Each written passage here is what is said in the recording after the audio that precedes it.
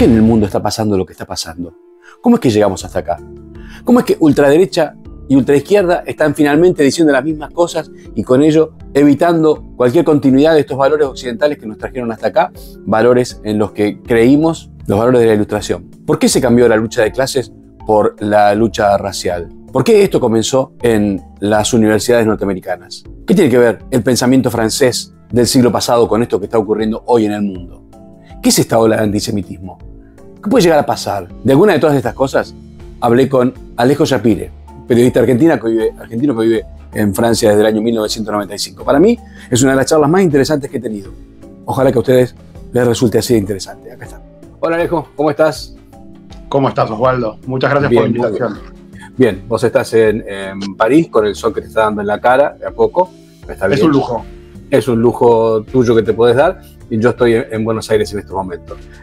Cuando me preguntabas recién de qué vamos a hablar, yo te dije el suicidio y no tuviste que preguntarme qué suicidio, ¿no? ¿Nos estamos suicidando? ¿Occidente se está suicidando? Daría la impresión, ¿no? Porque tenemos distintas cosas que están pasando. Tenemos una sociedad muy insegura de sus propios valores. Tenemos una demografía que va bajando.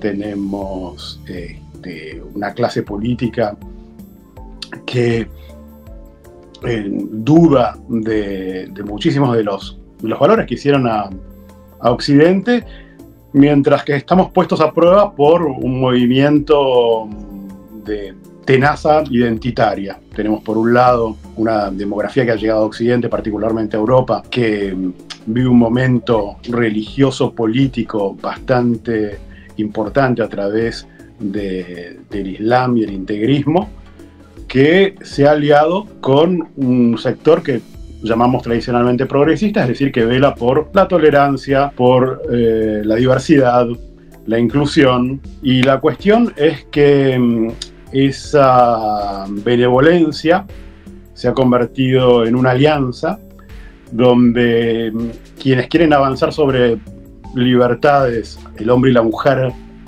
en la igualdad, la posibilidad de tener su propia religión, sexualidad, sin que nadie se meta con uno, está en peligro en muchos lugares, paradójicamente, por este caballo de Troya que es el progresismo, que ha decidido ser no solo tolerante con la intolerancia, lo que nos lleva a hablar de suicidio, es decir, es un síndrome de Estocolmo donde los secuestrados abrazan a sus captores y les dan razón, y los vemos hoy marchando juntos contra la única democracia en Oriente Medio que trata de recuperar a los rehenes y evitar que se reproduzca el 7 de octubre, que fue el peor pogrom que ha vivido el pueblo judío desde el fin de la Segunda Guerra Mundial. Ahora, este progresismo que a lo largo de los años no solo ha sido tolerante con la intolerancia, sino que le abre las puertas y lo aplaude, ¿qué es? ¿Inconsciencia? ¿Ignorancia? ¿Cómo es que se llega a esto? Yo pienso que parte de un sentimiento de superioridad moral. Paradójicamente, esta sumisión, para utilizar un término welbeckiano, tiene que ver con el pensar que, por un lado, la culpa occidental, porque lo que justamente le hicieron a los judíos, y que paradójicamente funciona hoy contra los judíos, se ha aliado con ese síndrome que los anglosajones llaman del white savior, el salvador blanco.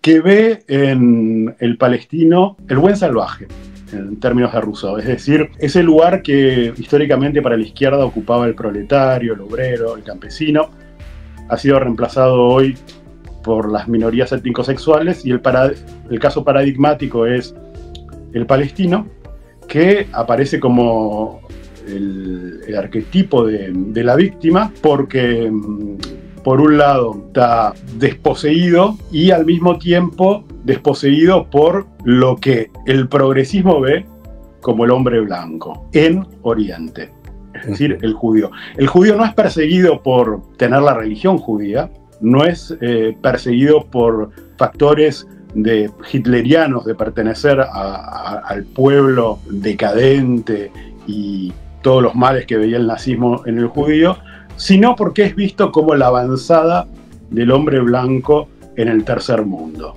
como la punta de lanza del imperialismo. Y es por esa equivocación, porque en realidad, si uno ve la sociedad israelí, es étnicamente, mayoritariamente de Oriente, pero ese malentendido lo ha convertido en el nuevo malo de la película y al palestino en el bueno. Por un proceso que ha llevado años, el judío se ha convertido en ese rubio de ojos celestes que manejaba los campos de concentración. Sí, porque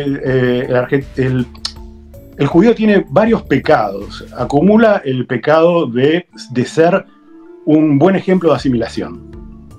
Es el que ha llegado a cualquier parte del mundo sin nada, huyendo de la destrucción industrial, y ha probado que contando con su intelecto, con su voluntad, con su trabajo, podía no solo integrarse, sino que además tener éxito, y tener éxito en lo más alto, las distinciones más premiadas. Por eso, si uno ve la lista de los premios Nobel, verá que hay una desproporción de judíos presentes, y eso lo convierte en un contraejemplo terrible para una lógica de la victimización que dice que el extranjero no puede integrarse correctamente porque es víctima del racismo. Entonces, por ese mismo motivo, el progresismo necesitó blanquear al judío, necesitó convertirlo en blanco, y en el peor de los blancos, porque es el blanco exitoso, es el blanco que demuestra que no hay un racismo sistémico, y entonces para que este dogma que ellos manejan funcione, tienen que transformarlo en el nuevo blanco. Ahora, lo que sí parece que también hay es un resentimiento sistemático. El resentimiento es uno de los principales motores de lo que estamos viendo. Y volvemos a la idea del suicidio. Tenemos en Occidente, en particular en Europa y en Estados Unidos, décadas de enseñanza a jóvenes que le han dicho: nuestra historia se resume en un largo crimen colonizador imperialista contra el tercer mundo, y tenemos que expiar ese pecado, y lo vamos a hacer convirtiéndonos en los salvadores del tercer mundo. Y eso es lo que explica que en los campus universitarios, principalmente a través de todo lo que es los departamentos de estudios en ciencias sociales, se hayan convertido en el principal vengador de esa historia. En Estados Unidos ha sido muy claro. Está el proyecto 1619, que buscó hace muy poco tiempo reescribir la historia de Estados Unidos, diciendo que en realidad... Perdón, ¿qué es ese proyecto?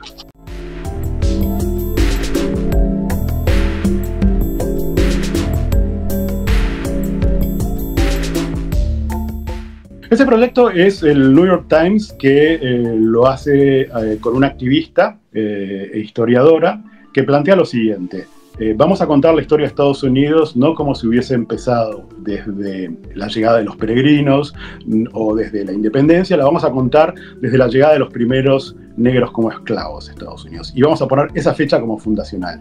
Y vamos a leer toda la historia de Estados Unidos a través de ese prisma. Eso indica, por ejemplo, que no vamos a ver la lucha contra Inglaterra como un proceso de independencia, sino que lo vamos a ver como un intento de poder seguir prolongando la esclavitud.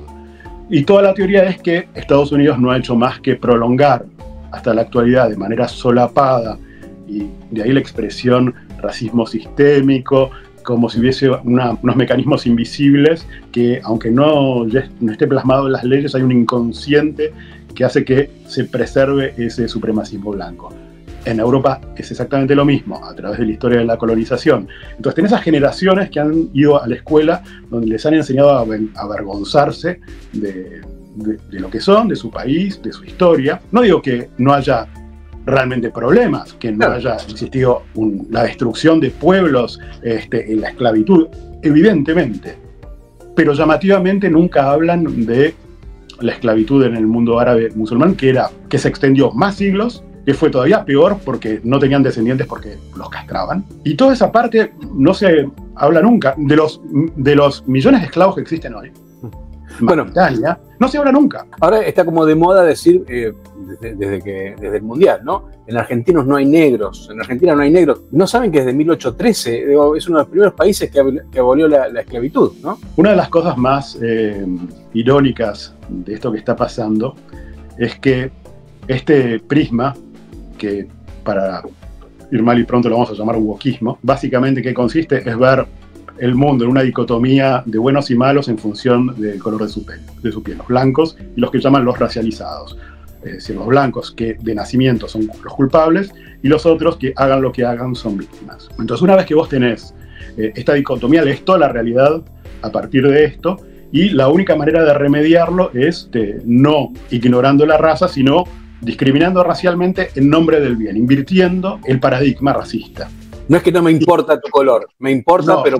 claro, me voy a fijar inmediatamente en tu color. Tenés que, entre comillas, saber leer la habitación en la que te encontrás, reconocer tu privilegio blanco y facilitarle a la gente a los que los tuyos han oprimido durante siglos. Entonces, esto hace que se trate de corregir la historia, por llamarlo de algún modo, aplicándole la discriminación positiva, incluyendo y sobre todo en los medios masivos, sobre todo a través de las series, las películas y toda una reescritura, así como hicieron con la historia de Estados Unidos. Bueno, vamos a reescribir también las ficciones, vamos a hacer nuevas versiones de Disney de todos los colores y de todas las sexualidades para ajustarlos a los tiempos actuales, vamos a exigirlo en los gobiernos, vamos a exigirlo en las paridades de todo y lo vamos a trasladar como visión a todo el mundo.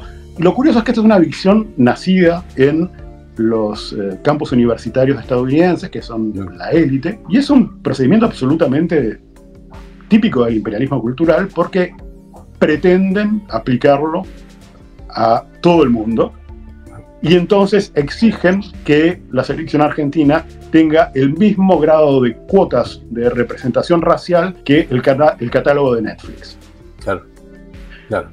Ignorando completamente las realidades de otros países. Piensan que todo el mundo tiene que ser como un Estados Unidos en pequeño y quien no se adapte a eso es necesariamente racista. Ahora, esta visión del progresismo además anula absolutamente el progreso, porque lo que ha pasado es que la humanidad ha progresado a través de todo este tiempo. Se niegan todos los progresos de la humanidad. Por supuesto, se niegan los progresos que ha traído el capitalismo, la circulación de las mercancías, se niega el progreso que ha traído la circulación de las ideas, las sociedades seculares, lo que ha significado el progreso para la libertad de las mujeres, de las minorías sexuales, y defienden en nombre de la relativización cultural y sobre todo bueno, ya sabemos el mal que ha hecho el supremacismo blanco, porque ellos ven supremacismo blanco por todas partes. Entonces vamos a tener que privilegiar otros abordajes culturales que son tan válidos. Y entonces, bueno, tienen aquí a gente que quiere vivir como en el siglo VII, que considera que la mujer vale la mitad que un hombre en un tribunal, que los homosexuales deben ser arrojados de terrazas o colgados en grúas. Y es muy curioso porque se dan cuenta de que están defendiendo una ideología que, ni bien la vivan en carne propia, significa instantáneamente su muerte. Ahora, claro, si, como vos decís, la idea es, esto que hemos hecho hasta ahora no nos ha servido de nada porque estuvo mal, porque mandaron los malos, se allana el camino tranquilamente para que ahora los que consideramos buenos vengan y hagan lo que quieran, ¿no? Totalmente, porque en el peor de los casos es una manera de reequilibrar la historia. Y aparte es un razonamiento perfectamente dogmático, en el sentido de que funcionan como una religión. Funcionan con un pensamiento sectario que recuerda muchísimo al estalinismo, donde hay permanentemente una vigilancia del lenguaje, donde se enseña a no apartarse de lo permitido, donde el espectro de lo que es considerado extrema derecha se amplía cada día, fascista se amplía cada día, y finalmente empiezan las casas de brujas, empiezan las cancelaciones, hubo entre ellos a los herejes, que han tenido algún matiz en alguna palabra, y funcionan exactamente como una secta. En una religión que por definición tiene un dogma, vos no podés aportar la prueba de que están equivocados, porque justamente no aceptan el ser refutados, y entonces estás frente a religiosos, no estás frente a gente que puede intercambiar argumentos. Esto implica también un absoluto patrullamiento sobre, por ejemplo, las celebrities, ¿no? Están todos esperando a ver qué dice cada una de las celebrities con respecto a Gaza, ¿no? En estos días están empujando a muchísimas celebridades a tomar activamente posición, porque una de las cosas que tiene el wokismo es que no basta con no ser racista, vos tenés que ser activamente antirracista, y esto significa pronunciarte con estas palabras, de este modo, desde este lugar, y si no, es la muerte de tu reputación. La cantidad de gente que ha perdido el trabajo en las universidades, donde para poder aplicar profesores se les exige antes decir lo de acuerdo que están con el modelo que llaman DEI, es decir, de diversidad e inclusión, es una locura. Es decir, es como entrar en una religión y tomar el hábito y las expresiones y amoldarse a ese discurso. Hay gente que ha estudiado la cantidad de profesores, de actores y demás personas que han sido excluidas y han perdido el trabajo, y te aseguro que no tienen nada que envidiarle a las cifras que se conocen del macartismo. Pero nada, no es una exageración, en absoluto. Estás hablando de la responsabilidad que en esto han tenido las universidades norteamericanas, digamos, y la élite intelectual de Occidente.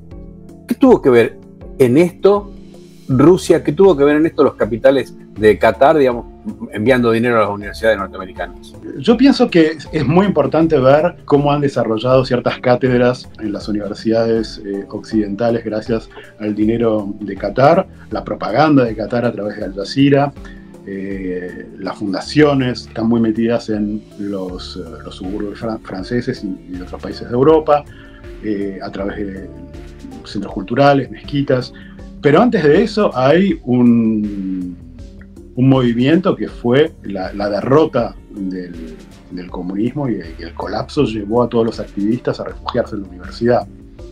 Y eso fue esa necesidad de encontrar nuevos espacios, nuevos adeptos, a trasladar el objeto del discurso, que ya no dejó de ser el hombre blanco que se fue a los partidos populistas de derecha, y ellos se concentraron en las minorías y en la gente muy educada, los principales beneficiarios, aparte de la globalización, que viven cómodamente en las grandes ciudades o en los suburbios más elegantes. Aunque parezca superficial, eso se vio en la elección de Eurovisión, ¿no? Donde todas las televisoras nacionales estaban diciendo que Israel no debía participar del concurso, así, y los votos del público fueron todos a favor de Israel, creo que en muchos casos ni siquiera teniendo en cuenta la calidad artística o no de lo que se estaba presentando. Sí, creo que lo de Eurovisión fue extremadamente significativo por eso, porque mostraba ese decalage que había entre las élites mediáticas y la gente que estaba en su casa, y que en el momento de expresarse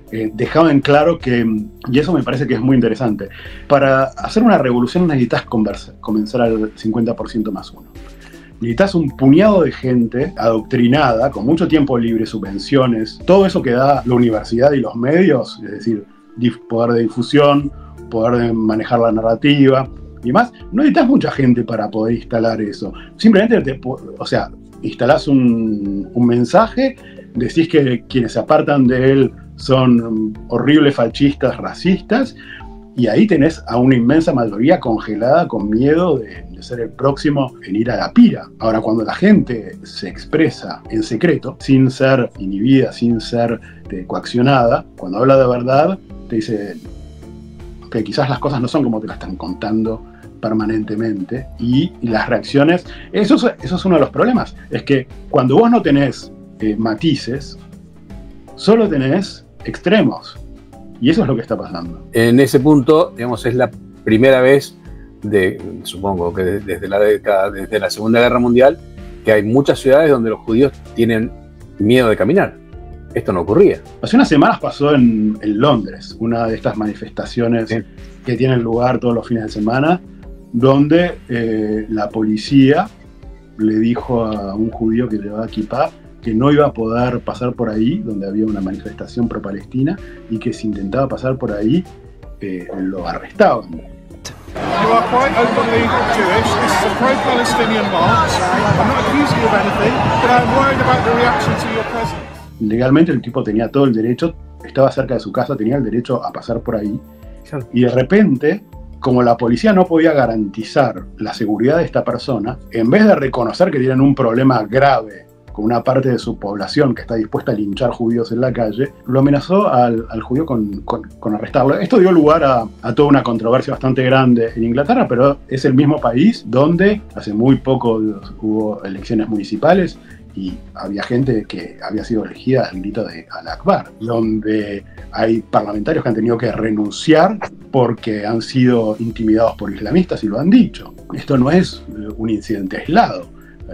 Hay no-go zones para los judíos durante las manifestaciones de este tipo, y eso sí es nuevo. Y esto pasa por primera vez también en Estados Unidos. Esa es la gran novedad a nivel global desde el 7 de octubre, es que esto era algo que se registraba ya desde hacía décadas en Europa y ahora se veía por primera vez en los campus universitarios de Estados Unidos, donde hay un fenómeno demográfico similar que ha ocurrido y lo que plantea graves dudas acerca del futuro del Partido Demócrata, que se ha convertido ya no en el Partido de los Trabajadores en Estados Unidos, sino el partido que es la coalición de las minorías, donde tienen un sector muy radicalizado del famoso Squad, con Ilhan Omar, con Rashida Tlaib, con Alexandra Ocasio-Cortez, que son el futuro del partido y que están empujando a Biden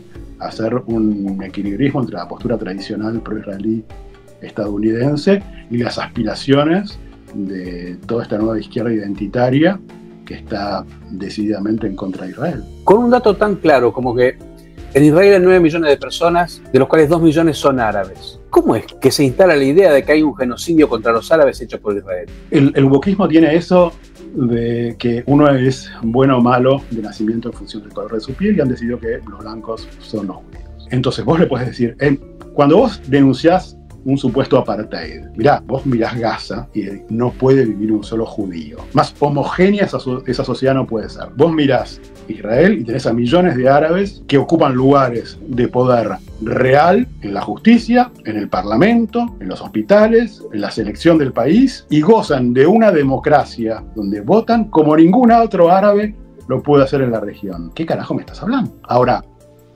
vos me decís, ¿por qué no ven eso?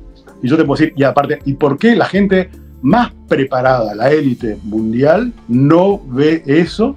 Porque no se trata de tontería, no se trata de falta de educación, es justamente porque es la gente más educada que se ha fabricado unas anteojeras ideológicas tan potentes que le impide ver las evidencias. Han desarrollado un sistema mental tan estructurado para leer la realidad que toda la luz que vos le puedas enviar no le va a entrar. Y es justamente la gran paradoja, que son los lugares más privilegiados en el acceso al conocimiento, quienes han renunciado a pensar, quienes han renunciado a los matices, quienes han renunciado al diálogo. Algo muy curioso, hasta el día de hoy ocurre. Arrancan las fotos en afiches de los rehenes israelíes secuestrados por Hamas. ¿Por qué hacen eso? Porque desde la perspectiva del wokismo, el judío no puede ser víctima porque es blanco.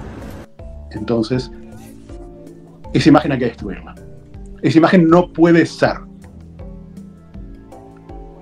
Por eso están en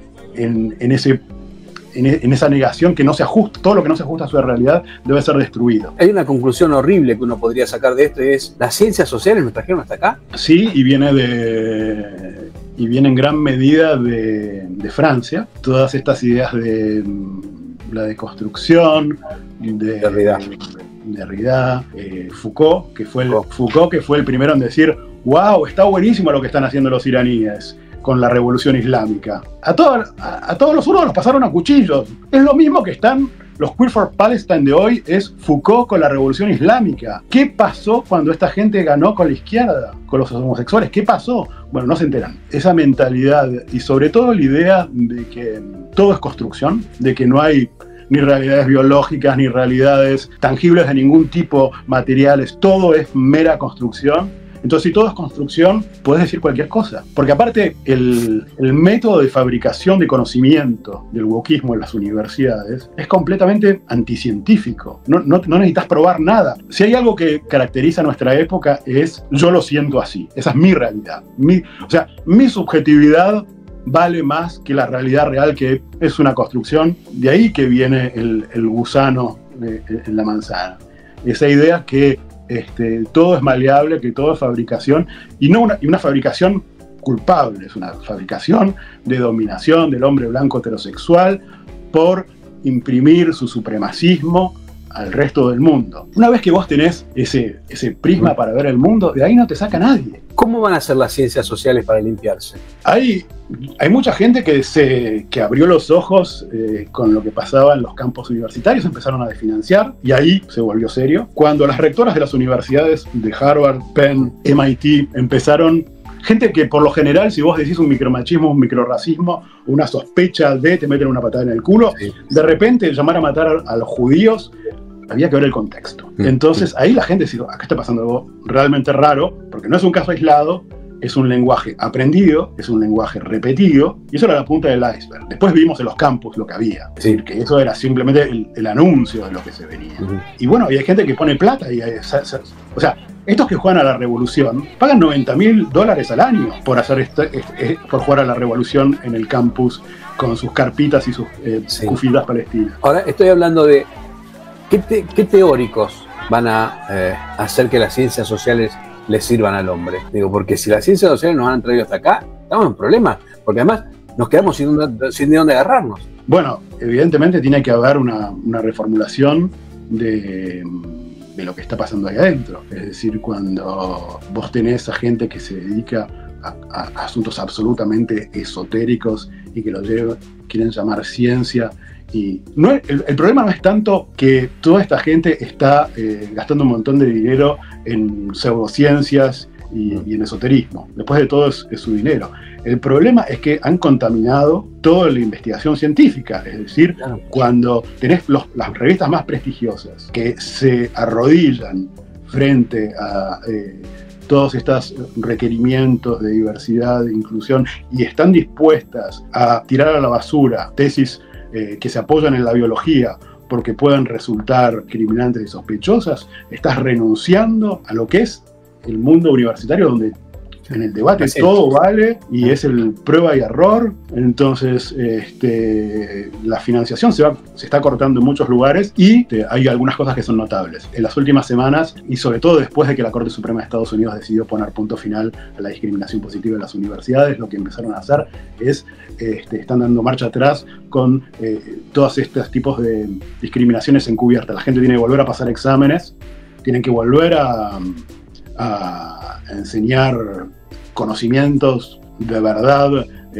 matemáticas de verdad. Te recuerdo que hay en algunos lugares donde las matemáticas y el álgebra han sido considerados racistas. No te olvides que estamos en un mundo que ha dejado de enseñar las reglas ortográficas y gramaticales. Se ha nivelado hacia abajo en nombre de inclusión en todas partes. Y tenés alumnos en todo el mundo, o en gran parte del mundo, que no saben leer, que no saben hacer cuentas, que no saben cosas extremadamente básicas. Pero se conocen todos los speech de memoria de diversidad e inclusión. Tanta gente diciendo del río al mar y no saben de dónde, no saben ubicarlo en el mapa, ¿no? Son extremadamente ignorantes.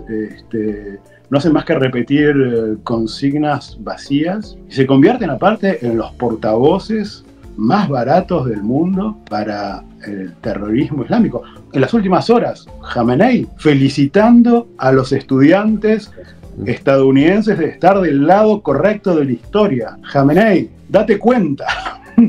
Date cuenta. Mirá que te estás felicitando. O sea, ese hombre no encarna la diversidad, la tolerancia, el antirracismo. Ese señor es la caricatura de todo lo que decís combatir. Pero no, como no lo considerás blanco, te abstenés de condenarlo. O sea que muchas veces se dice que lo que pasa en Argentina sería muy gracioso si uno no fuera argentino. Y en este momento es lo que pasa en el mundo. Sería muy gracioso si uno no fuese parte de este mundo, ¿no? Sí, afecta a todas partes, todas partes. No hay ningún lugar que sería, quizás Japón. Pero en Japón también nada, vas de punta a punta, mirá, vas a Sudáfrica, que se ha convertido en una fábrica de resentimiento absoluto, y no por nada fue Sudáfrica corroída por el crimen, la corrupción y demás, que ha elegido hacer el chantaje a Israel del racismo. Vas al norte y tenés a Noruega, o los españoles premiando a Hamas con el reconocimiento de un Estado palestino que no soluciona nada más que muy bien por el pogrom, acá tenés un Estado. Claro. Bueno, ahí también tuvo que ver la política interna de España, ¿no? Y los problemas con las elecciones para el Parlamento Europeo. Sí, es un cálculo electoralista que en cada país tiene su propia lectura. En España, sobre todo, para conformar a la extrema izquierda, de la que son socios. Y para competir con ellos. En un país particularmente antisemita, lo que prueba además que no necesitas tener judíos para tener un antisemitismo muy alto. En Francia tenés España hoy es a la izquierda radical que hace campaña exclusivamente con el tema palestino. Exclusivamente. Y eso es para conquistar a una parte demográfica que le interesa, que para ellos son los electores del mañana, y hacen un clientelismo en el que han renunciado a las banderas de la izquierda del laicismo. Ya no, los comecuras de hoy son los lamebotas de los ayatolas, y en Londres, en Inglaterra es el mismo problema, y todo lo que es la política en Oriente Medio se ha convertido en política interior en Europa. Claro, y eso ha sido parte del problema. ¿Hubo otros momentos iguales en la humanidad que avanzaran tan alegremente hacia el suicidio? Sí, bueno, civilizaciones han desaparecido un montón. Ahora, en el tiempo corto, me parece que es extremadamente perverso lo que está pasando, porque la característica de este antisemitismo es que es en nombre del antirracismo. Y eso es una novedad, porque Europa ha tratado de hacer el nunca más. Y ha habido muchísima pedagogía, se han hecho infinidad de documentales, de monumentos, de ficciones, de obras de teatro. Era como, habían creído que habían hecho todo lo necesario para evitar que esto ocurriese. Y paradójicamente fueron esas enseñanzas que fueron secuestradas por un lado, la izquierda radical y por otro lado, por el islamismo, para volverlo en contra de los judíos. Y eso es lo terrible del asunto. Porque vamos a usar contra vos lo que te ha ocurrido, lo que te hicimos. Vos sos el responsable y vos ahora sos eso. O aparte, vos fíjate cuál es la terminología que se usa. O sea, a los judíos acusarlos de nazi, de hacer un genocidio, término nacido a partir del Holocausto. Y aparte, vos nunca sabés, hay muchísimos antisemitas por ahí, nunca sabés, tipo, si están reprochando no tener raíces, o ser nacionalista, o ser belicista, o ser cobarde. Y es muy curioso porque cuando vienen los insultos, ahora no sabes si vienen de extrema derecha o de extrema izquierda. Son los mismos insultos. Son los mismos, pero que jurarían que se desconocen. Claro. Lo que pasa es que estamos enfrentando distintos niveles de sedimentación del antisemitismo que conviven. El clásico, el antisionista, entre comillas, y que reprocesan los viejos estereotipos para volver a utilizarlos. Lo último que te quiero preguntar, ¿cómo te imaginas este mundo en 2050? Mira, es muy difícil porque, sobre todo por la tecnología, estamos viendo cosas que hace un par de años eran impensables y van acelerando, sobre todo con la inteligencia artificial, que van acelerando de una manera impredecible, que van haciendo que un montón de gente sea prescindible. O sea, podemos hablar de si proyectamos cosas que están pasando ahora, si se agravan.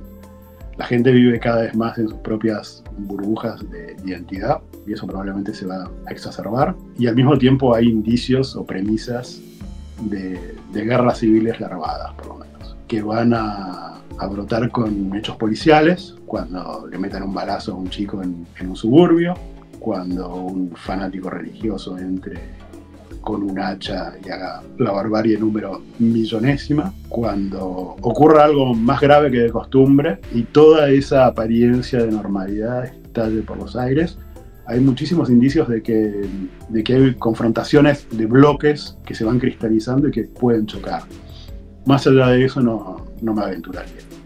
Bueno, muy esperanzador, muchas gracias. Alejo, muchísimas gracias. Gracias a vos por la invitación.